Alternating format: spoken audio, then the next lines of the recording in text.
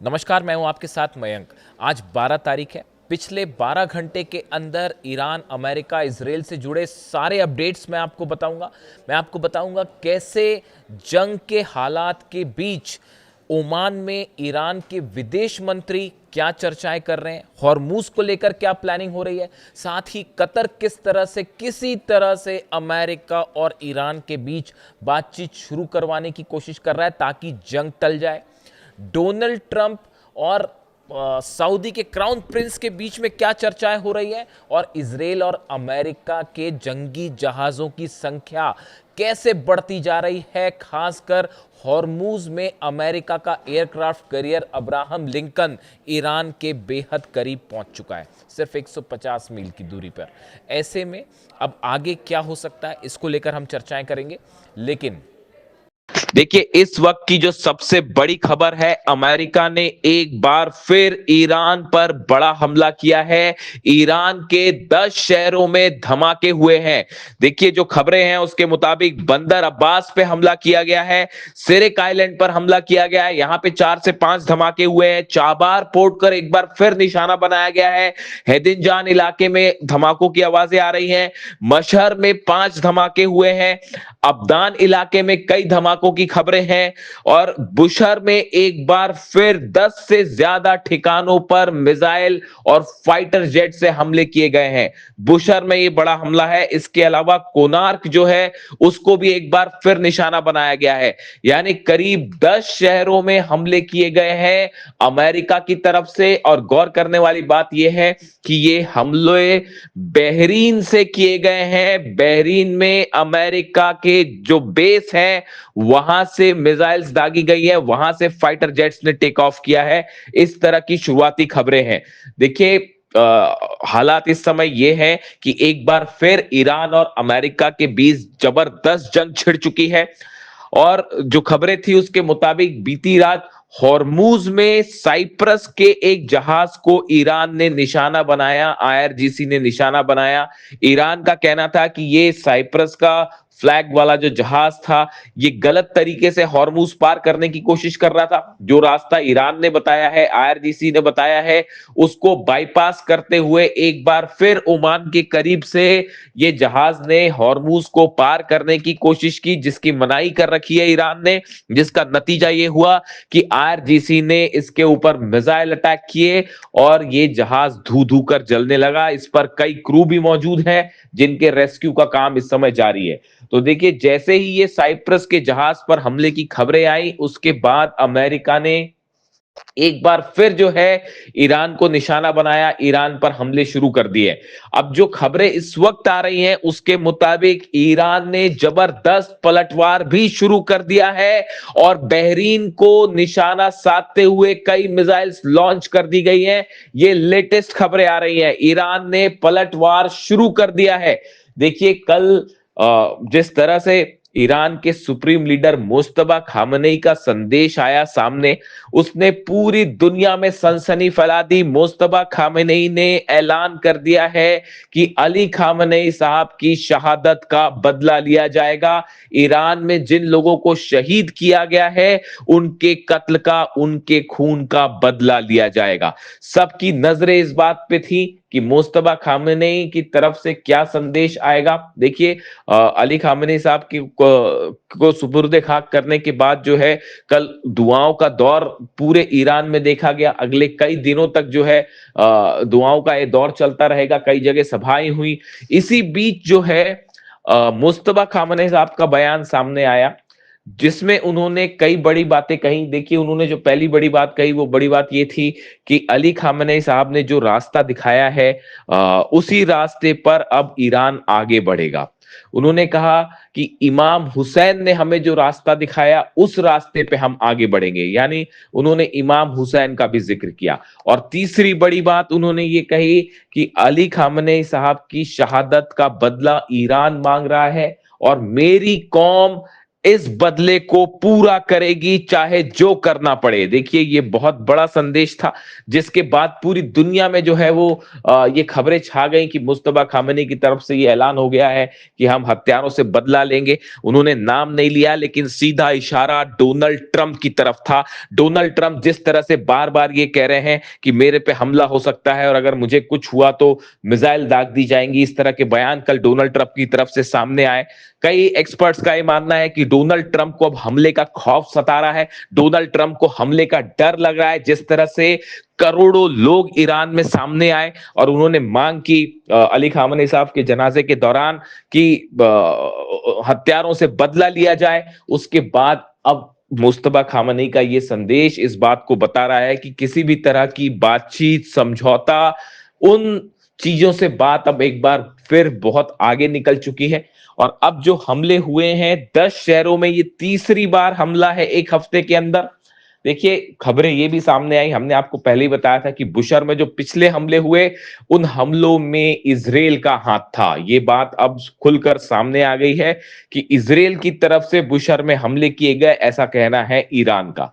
लेकिन आज जो हमले हुए हैं, इन हमलों में अमेरिका के फाइटर जेट शामिल थे। अमेरिका का एयरक्राफ्ट कैरियर अब्राहम लिंकन जो है वो ईरान के करीब मौजूद है, ओमान की खाड़ी में है। करीब 19 डिस्ट्रॉयर्स ऐसे हैं, 19 जंगी जहाज ऐसे हैं अमेरिका के जो ओमान की खाड़ी के आसपास मौजूद हैं। इसी के साथ ही बड़ी संख्या में F-35 जेट्स का, F-16 जेट्स का मूवमेंट देखने को मिल रहा है। यानी ईरान को घेरने की तैयारी शुरू हो गई है बड़े स्तर पर। और यह भी बताया जा रहा है कि अमेरिका की कोशिश है कि इस बार अगर ईरान के खिलाफ बड़ा एक्शन होता है, जंग होती है, तो नेटो देशों को भी इसमें शामिल किया जाए। ये अपने आप में एक बड़ा डेवलपमेंट है। अमेरिका की कोशिश है कि नेटो को भी, जितने देश हैं उनको भी अमेरिका के खिलाफ जंग में शामिल किया जाए। एक अहम खबर से मैं आगे बढ़ना चाहूँगा। डोनाल्ड ट्रंप का बयान आपने देखा। डोनाल्ड ट्रंप के बड़े 2-3 रोचक बयान सामने आए हैं जिसमें ऐसा लगता है मानो डोनाल्ड ट्रंप का खौफ और डर अब सबके सामने आना शुरू हो गया है। वो ये कह रहे हैं कि अगर मुझ पर हमला हुआ तो 1000 मिसाइल्स ईरान पर दाग दूंगा। ये बयान आपने कल सुना होगा कि उन्होंने सोशल मीडिया पर लिखा कि मैंने अमेरिका की सेना को आदेश दे रखा है कि अगर मेरे पे हमला होता है तो उसके बाद ईरान पर कैसे हमले किए जाएंगे, 1000 मिसाइल्स दाग दी जाएंगी, कई साल तक हमले किए जाएंगे, हम ईरान का नामो निशान मिटा देंगे। इस तरह की बातें उन्होंने की। तो बड़े सारे एक्सपर्ट्स जो एनालाइज करते हैं डोनाल्ड ट्रंप, उनका कहना है, उनका ऐसा मानना है कि अब ये क्या डोनाल्ड ट्रंप का डर सामने आ रहा है, डोनाल्ड ट्रंप को खौफ है किसी चीज़ का। बताया जाता है मोसाद ने इनपुट दिया, जैसी खबरें चल रही थी कि मोसाद की तरफ से इनपुट आया और नेतन्याहू ने ये जानकारी दी डोनाल्ड ट्रंप को कि ईरान जो है वो हमला कर सकता है, डोनाल्ड ट्रंप को निशाना बना सकता है। उसके बाद इस तरह की तमाम बातें अमेरिका में भी उस पर चर्चाएं शुरू हो गई हैं।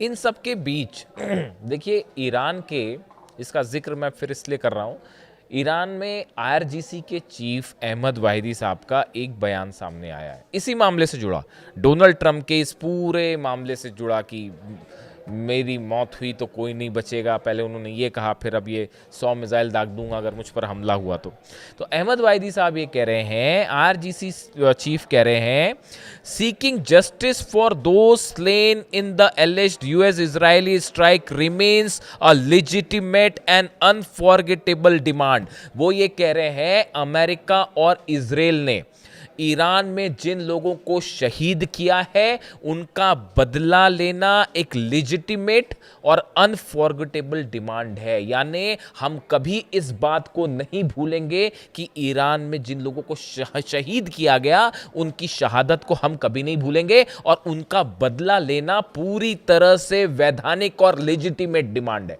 ये कौन कह रहा है? ये IRGC के चीफ कह रहे हैं। देखिए डोनाल्ड ट्रंप के इस खौफ का एनालिसिस कर रहे हैं हम।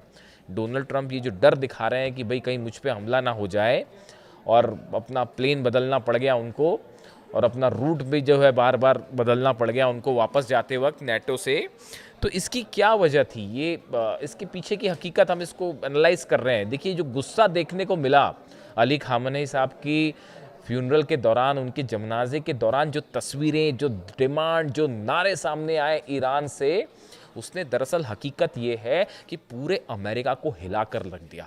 जब 9 करोड़ लोग एक साथ अगर बदले की मांग करें, सड़कों पर आंसुओं का जो है वो सैलाब था और हर आंसू में आक्रोश था और ये मांग हो रही थी कि बदला लो बदला लो।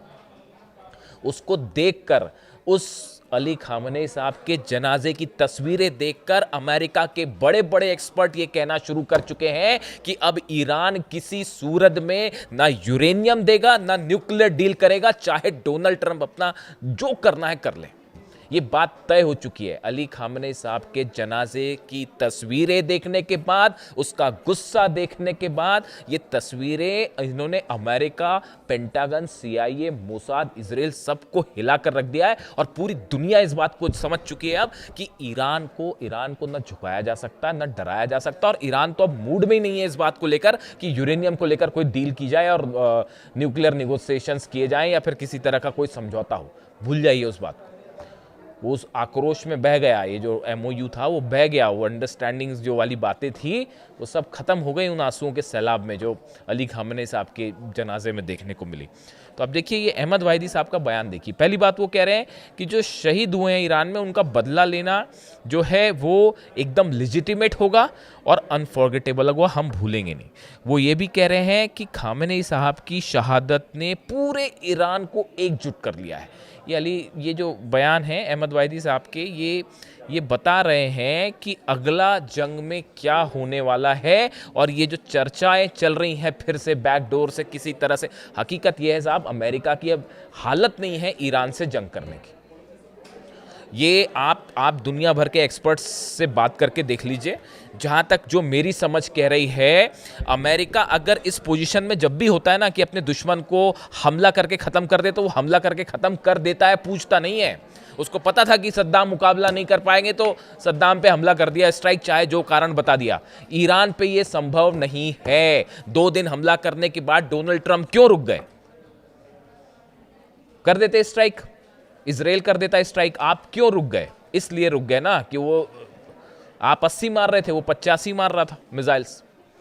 आपने 190 हमले किए, उसने 195 हमले कर दिए अलग अलग जगह पर। और अभी तो सिर्फ 3-4 ही देश जल रहे थे, बहरीन, कुवैत, जॉर्डन, और यही हमले हो रहे थे कतर में। सऊदी, UAE तक तो बात पहुंची नहीं थी, इजराइल तक तो बात पहुंची नहीं थी और अब तो पता नहीं कहाँ कहाँ किस किस रेंज की मिसाइल से बात पहुंच जाए।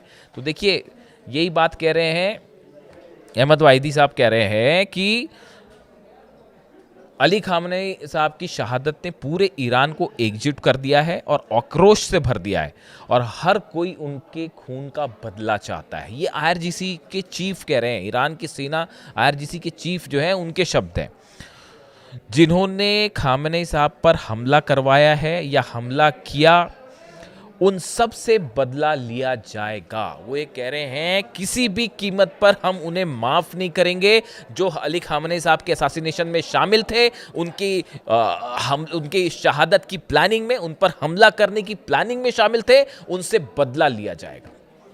शायद यही वजह है, अहमद वाहिदी के होने का मतलब यह है वो शख्स जिसकी वजह से अमेरिका और इजराइल की फोर्सेस आज घुटने पे है, वो शख्स जिसकी वजह से डील में आज ईरान का अपर हैंड है, वो शख्स जिसकी वजह से हॉर्मुज में लाख कोशिश करने के बाद आप देख लीजिए 4 महीने से क्या कर पाई अमेरिका की नेवी, बताइए मुझे। मेरे को इस तरह के कई बार कमेंट्स आते हैं, मेरे ऊपर आरोप लगते हैं कि भाई आप जो है वो फेवर कर रहे हो ईरान का, या आप इस तरह की कई बार मेरे पे कुछ दर्शकों के कमेंट होते हैं। आप बता दीजिए दुनिया की सबसे बड़ी नेवी फोर्स हॉर्मुज में क्या कर पाई, बताइए।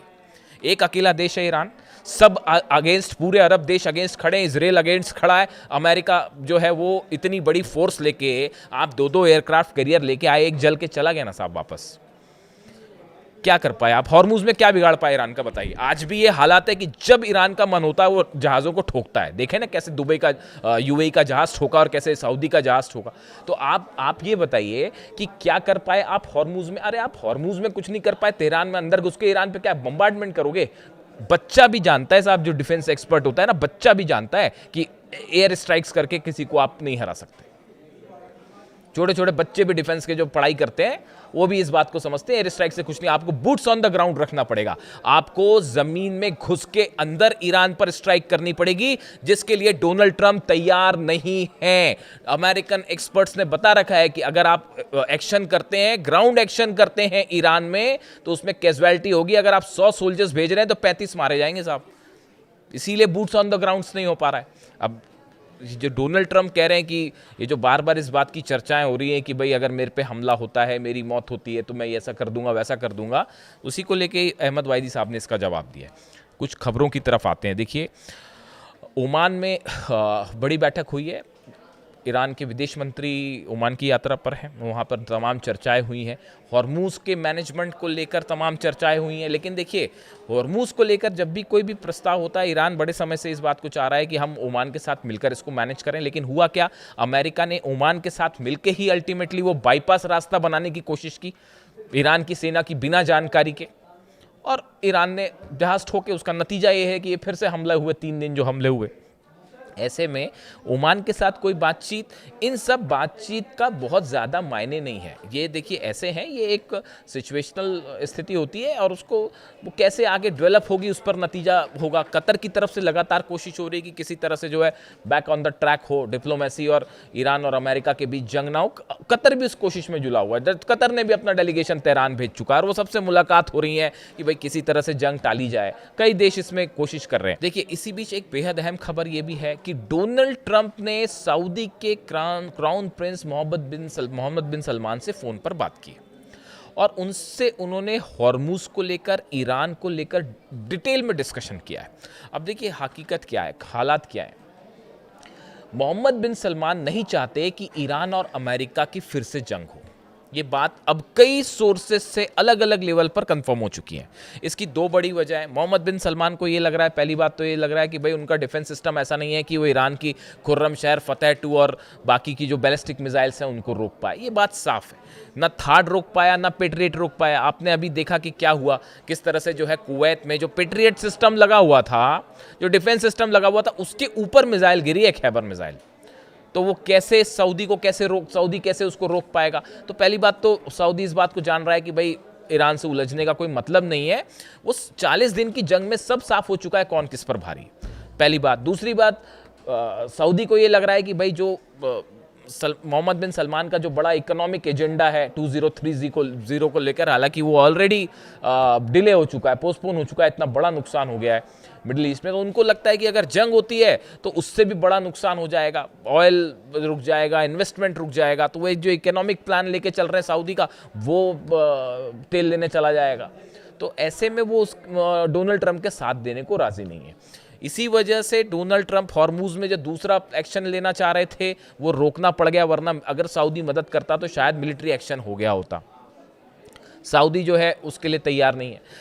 अब देखिए इसका तोड़ क्या निकाला गया। ये जो आजकल तुर्की और डोनाल्ड ट्रंप में जो खूब दोस्ती चल रही है, जिसकी चर्चाएं हैं तमाम की, यहाँ तक कि कांग्रेस की मंजूरी नहीं है फिर भी F-35 देने को तैयार है एर्दोगान को और तुर्की को। और तुर्की अब बात क्या कह रहा है कि भाई देखिए ये डील इसलिए नहीं हो सकती, पिछली बार नहीं हुई थी, आपको पता ही होगा, हिस्ट्री सब जगह है ही। S-400 सिस्टम रूस से खरीद रखा है तुर्की ने।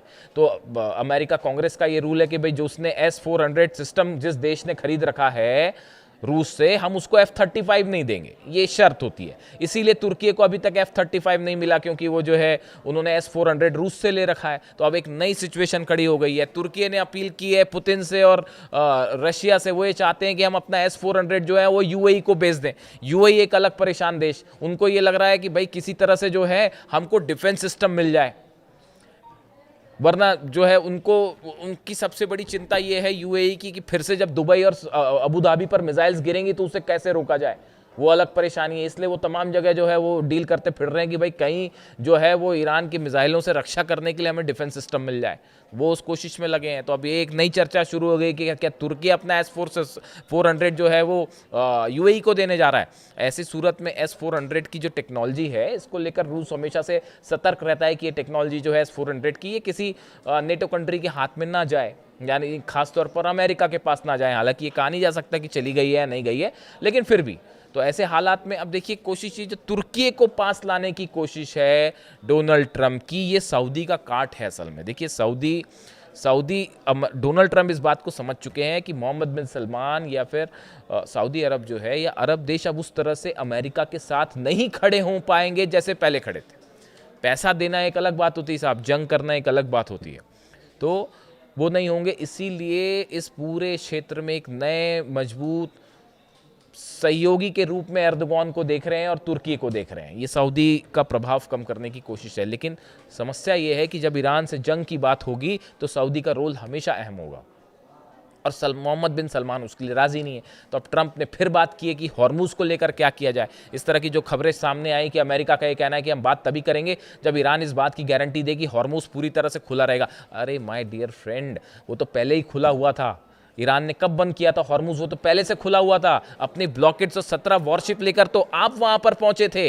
मतलब इसीलिए देखिए, कहा जाता, मैं कई बार कहता हूं अमेरिका में, मैं सुनता कई लोगों को, तो ये कहते हैं कि भाई how not to do a foreign policy, ये उसका परफेक्ट एग्जाम्पल है। डोनाल्ड ट्रंप ने और अमेरिका ने वो एग्जाम्पल पेश किया है कि विदेश नीति कैसे ना की जाए, how not to do a foreign policy, this is the perfect example. वो पहले से हॉर्मूज खुला था, उसको बंद करवा दिया, अब हाथ पैर जोड़ रहे हैं कि साहब इसको खोल दो, इसको खोल दो, इसको खोल दो, क्योंकि रूस का ऑयल जल रहा है, उस पर नजर रखिए आप। वो अलग से मैं बात करूंगा। रूस, चीन और ईरान की तीनों के ईरान के एटमी प्रोग्राम को लेकर बड़े डेवलपमेंट है रशिया चाइना के बीच में। तो सिर्फ डोनाल्ड ट्रंप अपनी प्लानिंग नहीं कर रहे, रूस चीन भी बड़ी मजबूत प्लानिंग में है, उस पर अलग बात करेंगे। तो अभी हालात ये है कि सलमान से बात की है, मोहम्मद बिन सलमान से जो है ट्रंप ने बात की है। हॉर्मूज को लेकर भी अमेरिका कुछ नहीं कर पा रहा। बिना ईरान की परमिशन के हॉर्मूज नहीं खुल सकता, जंग का कोई नतीजा होगा नहीं। ऐसे सूरत में हॉर्मूज फिर से बंद होना तय है। रूस का ऑयल ऑलरेडी जल रहा है, 112 से 13 ऑयल रिफाइनरीज और ऑयल ठिकानों पर हमले हो चुके हैं, तेल की कमी है। ऐसे में अगर ईरान पूरी तरह से हॉर्मूज बंद कर दे, हो गया काम। तो फिर अब उसके लिए भी डोनाल्ड ट्रंप तैयार नहीं है, इसीलिए हमले रोके गए ईरान पर। 3 दिन ये हमले जो चले और रोके गए। और देखिए एक बात और, ये बात भी अब साफ हो चुकी है, जो तीसरा मैं आपको कह रहा था पिछले वीडियो में, मैंने आपको बताया था जिसमें मैंने रेडिएशन वाली बात की थी, कि जो तीसरे हमले हुए, तीसरे दिन जो हमले हुए, सेंटकॉम ने कह दिया साहब हमले नहीं किए, अमेरिका ने कह दिया हमले नहीं किए। तो हुए कैसे हमले? यही शक मैं जता रहा था बार बार आपको कि इजराइल के फाइटर जेट्स भी इसमें शामिल थे। जो हमले अमेरिका की तरफ से हो रहे थे, इजराइल का उसमें नाम नहीं था, लेकिन इजराइल के फाइटर जेट्स उसमें शामिल थे। और तीसरे दिन शायद ये बात हुई कि कोऑर्डिनेशन की कुछ कमी हुई और इजराइल ने अपने हमले जारी रख दिए और वो 3 जगह धमाके हो गए। और ये बात साफ हो गई। इसलिए ईरान ने ये कहा है, अब ईरान ने साफ ऐलान कर दिया है कि अब हमला कोई भी करे हम पे, चाहे अमेरिका हमला करे, चाहे कोई अरब देश हमला करे, नतीजा ये होगा कि साहब इजराइल पर तो हम हमला जरूर करेंगे। ये ईरान का ऐलान हो गया है कि अब हमला हम पे कोई भी करेगा, चाहे डोनाल्ड ट्रंप करवाए, चाहे सऊदी करवाए, चाहे यूएई करवाए या कोई अरब देश करवाए, अगर ईरान पर हमला होता है, स्ट्राइक होती है, तो our first target will be Israel. हम इजराइल पर हमला जरूर करेंगे। तो वो जो एक कॉन्स्पिरेसी थी वो सामने आ गई है। और बुशर पर जो आखिरी दिन हमले हुए हैं, बुशर के कोर प्लांट से बड़े कुछ मीटर की दूरी पर ही मिसाइल्स गिरी हैं। इसने इजराइल इस एक्शन ने रूस को खास तौर पर अलर्ट कर दिया है। बताया जा रहा है कि पुतिन ने खुद बात की है ईरान के बड़े अधिकारियों के साथ कि अगर बुशर के प्लांट से रेडिएशन हो गया तो उसका क्या होगा और उसे कैसे रोका जाए। इसको लेकर चर्चाएं शुरू हो गई हैं। यानी माना जा रहा है कि बुशर प्लांट निशाने पे, देखिए नतांज, फोर्दो, इस्फहान से अब रेडिएशन नहीं होगा। वहाँ तो जो कुछ है मलबे के नीचे साहब, अब उस पर कुछ नहीं होगा हमला, वहाँ से रेडिएशन नहीं होगा।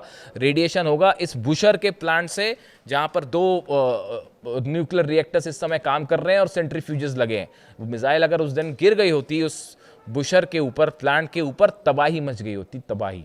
इसको लेकर रूस की तरफ से बड़े अलर्ट हैं, प्लान तैयार हैं।